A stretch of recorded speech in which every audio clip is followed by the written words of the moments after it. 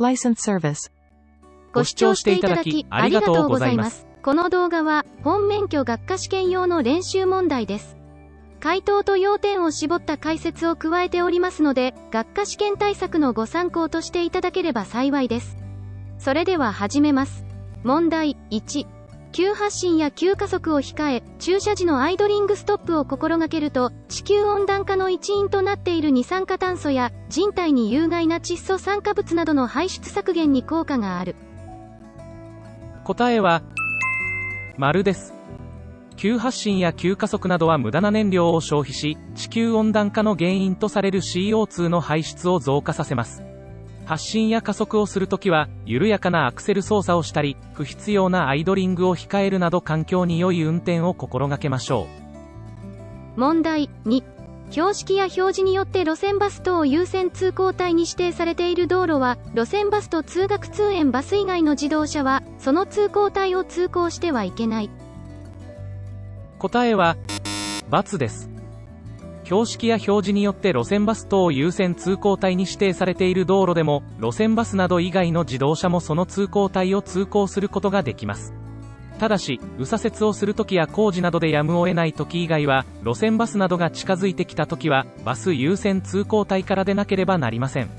また、交通が混雑していて、その通行帯から出られなくなるときは、初めから路線バス等優先通行帯を通行してはいけません。問題3。普通免許を受けて1年が経過していない人は、普通乗用車を運転する場合に初心者マークをつけなければならないが、普通貨物車であればつけなくてもよい。答えは、×です。普通免許を受けて1年を経過していない人は、乗用車、貨物車に関係なく、普通自動車を運転するときは初心者マークをつけなければなりません。問題4。オートマチック車を運転しているときに、強力なエンジンブレーキが必要なときは、チェンジレバーをセカンドかローに入れると良い。答えは、○です。オートマチック車で、長い下り坂や急な下り坂など、強力なエンジンブレーキを必要とするときは、チェンジレバーをセカンドか、ローに入れます。長い坂などを走行するときに、チェンジレバーを D の位置のままフットブレーキを頻繁に使いすぎると、急にブレーキが効かなくなることがありますので、エンジンブレーキを活用します。問題5。原動機付き自転車でブレーキをかけるときは、前輪ブレーキは使わず、後輪ブレーキだけを使うのが良い。答えは、×です。原動機付き自転車や自動二輪車でブレーキをかけるときは、前輪後輪両方のブレーキを使用して制動をかけなければなりません。どちらか一方のブレーキだけでは制動力が不足したり、不安定な制動になります。四輪車は、フットブレーキの操作で全ての車輪のブレーキが効きますが、二輪車のブレーキは、前輪と後輪をそれぞれ手と足などで操作をする仕組みになっています。問題6。バスや路面電車の運行時間中の停留所の表示板から10メートル以内の場所は、駐車も停車も禁止されている。答えは、○です。バスや路面電車の停留所の表示板から10メートル以内の場所は、問題文の通り、その運行経路の運行時間中に限り、駐車も停車もしてはいけない場所です。問題7。原動機付き自転車の乗車定員は1人であるが、6歳未満の子供であれば、幼児専用の乗車装置を使用すれば乗せることができる。答えは、×です。原動機付き自転車の乗車定員は1名です。幼児専用の乗車装置などを取り付けて子供を乗車できる例外規定はありません。なお自転車は原則として2人乗りは禁止ですが、16歳以上の人が6歳未満の幼児を幼児用座席に乗せることなどはできます。問題8。故障車をロープで牽引している時など、時速 50km 以上の速度で走行できない場合は、高速自動車国道を通行することができない。答えは、○です。高速自動車国道の本線車道は最低速度の制限があるため、時速 50km に達しない速度では通行できません。ロープなどで故障車を牽引している場合や小型特殊自動車は最低速度の時速 50km 以上で運転することができないので通行できません。問題9。運転する速度が速くなればなるほど、遠くのものや近くのものがよく見えるようになる。答えは×です。運転する速度が速ければ速いほど、人の視力は低下します。また速度が速いと、遠くを見ようとするため視野が狭くなり、近くは見えにくくなります。速度が速いと、危険な状況の発見が遅れたり見落としたりするので、速度の出しすぎには注意が必要です。問題10。交差点とその手前から30メートル以内の場所では優先道路を通行している場合を除き、他の自動車や原動機付き自転車を追い越してはならない。答えは○です。交差点とその手前から30メートル以内の場所は追い越し禁止場所です。このような場所での追い越しは交差道路を通行する他の車や歩行者を前車の死角で見落とす恐れがあるので危険です。ただし、中央線が交差点の中まで引いてある場合など、優先道路を通行しているときは追い越しをすることができます。問題11。停止線の引いてある交差点で、交通整理中の警察官が赤色を示して信号をしていたので、その停止線の直前で停止した。答えは○です。警察官などが交差点で交通整理をしている時の停止位置は、交差点に停止線がある時は、その停止線の直前が停止位置です。この場合、停止線がない時の停止位置は交差点の直前、交差点の近くに横断歩道などがあれば、その直前に止まります。問題12。初心運転者期間とは、大型二輪免許や普通二輪免許、準中型免許、普通免許、原付免許の種類ごとに取得してから1年の間を言う。答えは○です。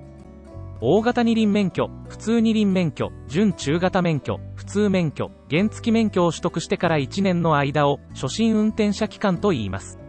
この期間は交通事故や違反を起こす比率が高い期間と言われています。法令を守り、慎重な運転に努めましょう。この期間内で交通違反などをして一定の基準に達した人は、初心運転者講習が行われます。問題13。自動車を運転するときは、自動車損害賠償責任保険か責任共済に加入しなければならないが、原動機付き自転車を運転するときは、それらに加入する必要はない。答えは×です。原動機付き自転車を運転する場合も、有効な自動車損害賠償責任保険か責任共済に加入しなければ運転することはできません。またこれらの証明書を備え付けて運転しなければなりません。問題14。高速自動車国道の本線車道における三輪と牽引を除く普通自動車の法定最高速度は、乗用自動車は時速 100km、貨物自動車は時速 80km である。答えは×です。高速自動車国道を走行する時の普通貨物自動車の法定最高速度は時速 100km です。普通自動車の法定最高速度は乗用車と貨物車の区別はなく、どちらも時速 100km です。ただし、普通自動車でも三輪の自動車や牽引自動車は時速 80km です。問題15。駐車が禁止されていない道路であったので、同じ場所に12時間以上駐車した。答えは×です。駐車が禁止されていない道路であっても、道路を車庫代わりに使用してはいけません。また、同じ場所に引き続き12時間以上、夜間は8時間以上駐車してはいけないことになっています。問題17。同一方向に3つの車両通行帯のある道路で他に通行している車両がなかったので、一番右側の車両通行帯を走り続けた。答えは×です。同一の方向に3つ以上の車両通行帯がある道路では、最も右側の車両通行帯は追い越しなどのために開けておき、それ以外の車両通行帯を通行します。そしてこの場合、速度の遅い車が一番左側の車両通行帯を、速度が速くなるにつれて順次右側の車両通行帯を通行します。問題18。二輪車でカーブや曲がり角を走行するときは、カーブに入ってからブレーキをかけて速度を調整するのが良い。答えは×です。カーブに入ってからブレーキ操作を行うと、タイヤの横滑りや転倒など安全に減速できるとは限りません。二輪車でブレーキをかけるときは、車体を垂直に保ち、ハンドルを切らない状態で操作することが基本です。そのため、カーブの手前の直線部分で十分速度を落としてからカーブに入ります。問題19。車のドアを閉めるときは、半ドアを防ぐため、途中で止めずに一気に閉めると良い。答えは、×です。車のドアを閉めるときは、勢いをつけて一気に閉めるのではなく、少し手前で一度止め、力を入れて閉めます。そのようにすると機器の故障を防いだり、騒音を抑えたり、車内の急な気圧の変化も防ぎますので、乗車している人へのダメージや危険を防ぐことにもなります。問題20。車の停止距離は、路面やタイヤの状態に関係なく、ブレーキを踏む速さと強さで決まる。答えは、×です。停止距離は、ブレーキを踏む速さや強さだけではなく、路面の状態や積載の状態によっても影響を受けます。例えば、路面が雨で濡れていたり、タイヤがすり減っている場合の停止距離は、乾燥した路面で、タイヤの状態が良い場合に比べて、2倍程度伸びることがあります。問題21。免許を受けていても、免許証を携帯しないで自動車や原動機付き自転車を運転すると、交通違反になる。答えは、○です。自動車や原動機付き自転車を運転するときは、その車を運転することができる免許証を携帯しなければなりません。免許を受けていても免許証を携帯せずに運転したときは、無免許運転ではなく、免許証不携帯という交通違反になります。問題22。夜間、見通しの利かない交差点やカーブの手前では、前照灯を上向きにしたり点滅させて、他の車や歩行者に交差点への接近を知らせると良い。答えは、○です。夜間などの暗い時に、見通しの利かない交差点やカーブでは、他の交通の接近に気づかずに衝突する恐れがあります。このような時に、前照灯の上向きや点滅の操作は、事故防止に効果があります。問題23。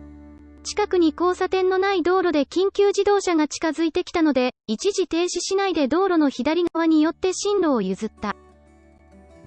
答えは、○です。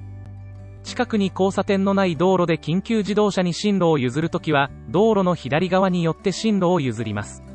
この場合、必ずしも一時停止の必要はありません。また、一方通行の道路で進路を譲る場合は、左に寄るとかえって妨げになるときは右に寄ることができます。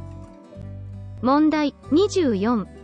高速道路は駐停車が禁止されているが、故障のためやむを得ず、十分な幅のある路側帯に駐車した。答えは、○です。高速道路では駐停車をすることはできませんが、故障などの場合は、十分な幅のある路側帯や路肩に駐停車することができます。その他高速道路で駐停車できる場合は、危険防止のため一時停止するとき、パーキングエリアで駐停車するとき、料金の支払いなどのため停車するときがあります。問題25。歩行者用道路は、歩行者だけが通行できる道路なので、緊急自動車と郵便車以外の車は、どのような場合でも通行することができない。答えは、×です。歩行者用道路は、緊急自動車や郵便車以外の車でも、特に通行を認められた車は通行できます。例えば、沿道に車庫を持つ車などで、警察署長の許可を受けると通行することができます。問題26。標識や表示で最高速度が時速 50km に指定されている一般道路では、すべての自動車や原動機付き自転車は、時速 50km までの速度で運転することができる。答えは、×です。標識などで、最高速度が時速 50km に指定されている道路でも、原動機付き自転車は、時速 30km を超えて運転してはいけません。また、故障車などをロープで牽引して運転する場合は、その牽引の状態に応じた法定速度を超えてはいけません。なお、小型特殊自動車のように、車の構造上、時速 15km を超える速度を出すことができないものもあります。問題27。故障車をロープで牽引するときは、その故障車を運転することができる免許を受けた人を、その車に乗せ、ハンドルなどを操作させなければならない。答えは、○です。故障車をロープで牽引するときは、その故障車に、その車を運転することができる免許を持った人を乗せて、ハンドルその他の装置を操作させなければなりません。また、牽引する車と故障車との間を5メートル以内を保ち、ロープに 0.3 平方以上の白い布をつけます。問題28。標識により追い越しが禁止されている場所では、自動車や原動機付き自転車を追い越すことはできないが、軽車両であれば追い越すことができる。答えは、丸です。標識により追い越しが禁止されている場所や、その他の追い越しを禁止する場所では、自動車や原動機付き自転車を追い越してはいけませんが、自転車などの軽車両は追い越しをすることができます。問題29。横断歩道や自転車横断帯と、その端から前後に5メートル以内の場所では、駐車も停車もしてはいけない。答えは、丸です。横断歩道や自転車横断帯と、その端から前後5メートル以内の場所は、駐停車禁止場所です。このような場所での駐停車は、交通の混乱や、駐停車車両が死角となり、横断歩行者などとの事故の原因にもなります。問題30。車が衝突した時の衝撃力は、硬いものにぶつかった時のように、衝撃の作用が短い時間に行われるほどその力は大きくなる。答えは、丸です。衝撃力は、硬いものに衝突した時や、瞬間的な衝突ほど大きくなります。また速度と重量に応じて大きくなります。交通事故の大きさは、車が衝突した時の、このような衝撃力の大きさが関係するので、危険な場所では速度を控えて運転することが大切です。問題31。警察官が手信号で腕を横に水平に上げているときは、警察官の身体の正面に対面する交通は、信号機の赤色の灯火と同じ意味を表している。答えは、丸です。警察官が手信号で腕を横に水平に上げているときに、その警察官の身体の正面に対面する交通は、信号機の赤色の灯火と同じ意味を表しています。なお、警察官の身体の正面に対面する交通は、警察官が手信号で腕を横に水平に上げていても、腕を垂直に上げていても、どちらも赤色の灯火の信号と同じ意味を表しています。問題32。横断歩道の手前に自動車が止まっていたので、そのそばを通るときに、徐行して安全を確かめて通行した。答えは、×です。車は、横断歩道や自転車横断帯の手前に停止している車があるときは、そのそばを通って前方に出る前は、徐行ではなく一時停止をしなければなりません。その停止している車が、歩行者などが横断しているために止まっているかもしれないので、一時停止をして安全を確かめて通行します。問題33。身体障害者用の車椅子で通行している人のそばを通るときは、安全な間隔を空けるか、安全な間隔を空けることができないときは、徐行しなければならない。答えは、×です。身体障害者用の車椅子で通行している人のそばを通るときは、安全な間隔を空けるか徐行だけではなく、一時停止か徐行して歩行者が安全に通行できるようにしなければなりません。子供が一人で歩いているときや、体の不自由な人が通行しているときなどは、それらの歩行者が自ら危険に気づいて安全な回避行動を行うことができないかもしれないので、一時停止か徐行をして安全に通行できるようにします。問題34。日常点検は、走行距離や運行時の状況などから判断した適切な時期に行うものと、1日に1回運行開始前に行わなければならないものがある。答えは、丸です。日常点検は、自動車の使用者などが自分自身の責任において行う点検で、自家用の普通乗用自動車などは、走行距離や運行時の状況などから判断した適切な時期に行い、タクシーなどの事業用の自動車などは、1日に1回運行開始前に行います。そして、1日に1回運行開始前に日常点検を行わなければならない自動車には、事業用の自動車、レンタカー、自家用の乗車定員11人以上の自動車、自家用の貨物自動車などがあります。なお、大型自動二輪車、普通自動二輪車は、1日に1回の点検時期ではなく、自家用の普通乗用自動車と同じで、走行距離や運行時の状況などから判断した適切な時期に行いますのでご注意ください。問題35。交通整理の行われていない道幅が同じような道路の交差点に入るとき、右方から路面電車が接近してきたが、左方車が優先なのでそのまま進行した。答えは、×です。交通整理の行われていない道幅が同じような道路の交差点で、交差道路を路面電車が近づいてきたときは、右側左側に関係なく、路面電車の進行を妨げてはいけません。なお、道幅が同じような道路の交差点で、交差道路を車が接近してきたときは、左側から進行してくる車を妨げてはいけません。左方車が優先になります。問題36。オートマチック車を運転するときに、信号待ちの停止中は、チェンジレバーを N に入れておけばクリープ現象は起きないので、ブレーキペダルを踏んでおく必要はない。答えは、×です。チェンジレバーを N に入れても、信号待ちなどの停止中は必ずブレーキペダルをしっかり踏んでおかなければなりません。チェンジレバーを N に入れるとクリープ現象は起きませんが、傾斜のある場所では車が転がり出す恐れがあります。また、後車に停止を知らせる制動灯を点灯したり、万が一追突事故を受けても被害が抑えられたりしますので、停止中はブレーキペダルを踏んでおきます。問題37。総排気量 660cc 以下の普通自動車は、大型特殊免許を受けていれば運転することができる。答えは、×です。大型特殊免許を受けていても、総排気量 660cc の普通自動車は運転することはできません。総排気量 660cc の普通自動車を運転するためには、普通免許を受けなければなりません。問題38。左端の通行帯がバス専用通行帯に指定されている道路では、普通自動車は交差点を左折する場合や緊急自動車に進路を譲る場合でも、その左端の通行帯を通行することはできない。答えは、×です。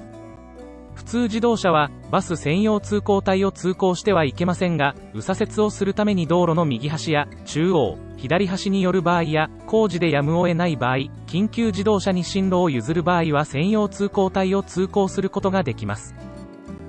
問題39。高速自動車国道や自動車専用道路の本線車道には加速車線と減速車線は含まれない。答えは、○です。本線車道とは、高速自動車国道で高速走行する部分や、自動車専用道路のこれにあたる部分を言います。そのため、加速車線、減速車線、途半車線、路側帯や路肩は、本線車道には含まれません。問題40。原則として、車を追い越すときは、その右側を通行しなければならないが、路面電車を追い越すときは、その左側を通行しなければならない。答えは、○です。車を追い越すときは、原則としてその右側を通行します。しかし、前の車が右折するため道路の中央などによって通行しているときは、その左側を通行します。そして路面電車を追い越すときは、原則として、その左側を通行します。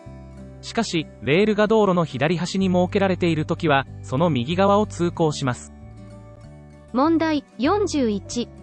長い下り坂を走行中、ブレーキが効かなくなったときは、素早くギアチェンジでエンジンブレーキを効かせ、さらにハンドブレーキを引く。答えは、○です。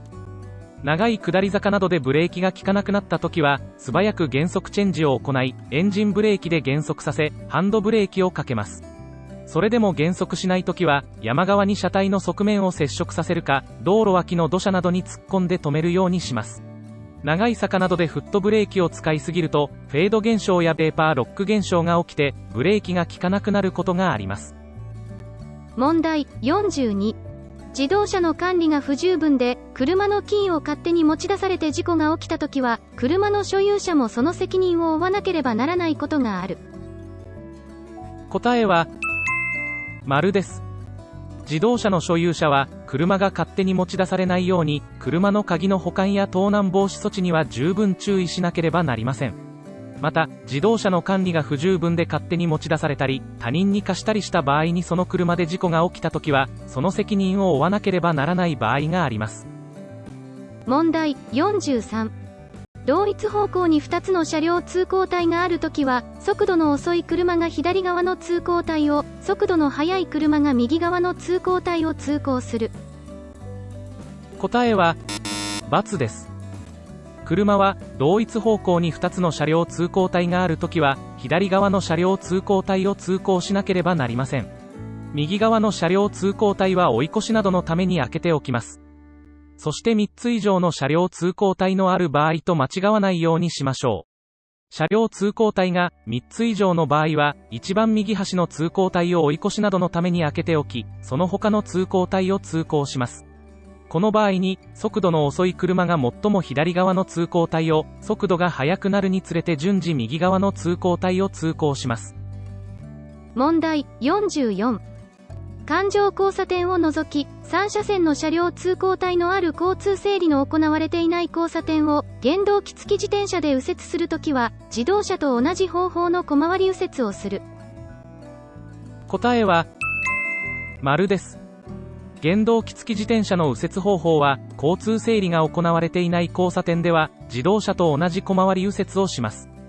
そして、原動機付き自転車で2段階右折をしなければならない交差点は、信号機などで交通整理が行われている交差点で、2段階右折をしなければならない標識があるか、信号機などで交通整理が行われている交差点で、車両通行帯が3車線以上ある交差点です。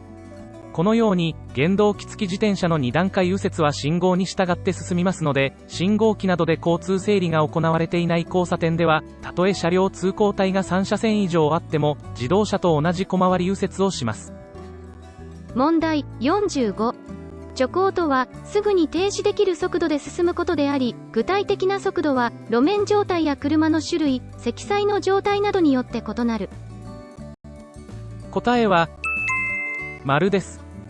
徐行とは、すぐに停止できるような速度で進むことで、一般にブレーキを操作してからおおむね1メートル以内で止まれるような速度や、時速 10km 以下であると言われています。そして、乾燥したアスファルト道路と積雪や凍結のある道路の場合や、積み荷のあるなしによってもその速度は同じではないことに注意が必要です。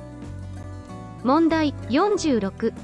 座席のないところに人を乗せることはできないため、貨物自動車の荷台には、どのような場合でも人を乗せて運転することはできない。答えは、×です。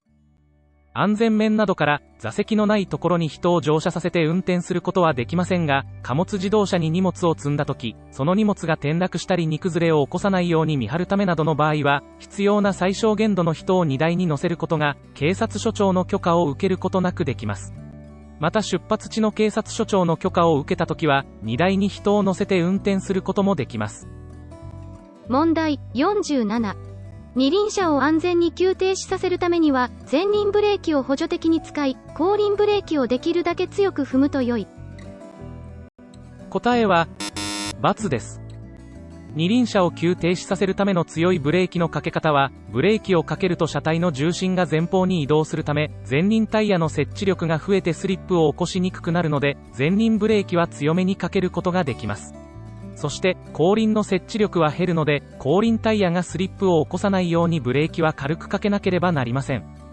そのようなことから、前輪ブレーキを補助的に使ったり、後輪ブレーキを強くかけるだけでは、後輪タイヤがスリップを起こし制動距離は伸びてしまいますので、前輪ブレーキの強い操作が重要です。このように、二輪車を安全に急停止させるための基本操作として、乾燥したアスファルト路面では、前輪ブレーキを徐々に強めにかけ、後輪ブレーキは弱めにかけます。問題48。タイヤチェーンを装着したときは、装着後少し走行してからもう一度装着具合を確認すると良い。答えは、○です。タイヤチェーン装着後、少し走行すると装着したチェーン全体に緩みが起きますので、外れないようにもう一度チェーンの装着具合を確認します。問題49。自動車の速度と燃料消費量には密接な関係があり、速度が速すぎても遅すぎても燃料消費量は多くなる。答えは、○です。車が走行すると、空気抵抗や転がり抵抗などが発生して、高速走行など速度が速いほどこの抵抗は大きくなり燃料消費が多くなります。また渋滞など速度が遅い時は低速ギアを使用したり、発進には多くの燃料を消費しますので、走行距離が少ない割には多くの燃料を消費します。このようなことから、速度が速すぎても遅すぎても燃料消費は多くなる傾向があります。問題50。対面する信号が黄色の灯火の点滅をしている場合は、歩行者や車や路面電車は他の交通に注意して徐行して通行しなければならない。答えは×です。黄色の灯火の点滅信号の意味は、他の交通に注意して進むことができる、なので、必ずしも徐行の必要はありません。しかし交通整理が行われていないので、歩行者や車や路面電車は、交差道路から進入する他の交通に注意して、できるだけ安全な速度と方法で通行しなければなりません。これで練習問題は終了です。免許試験のご参考としていただければ嬉しいです。ご視聴いただきありがとうございました。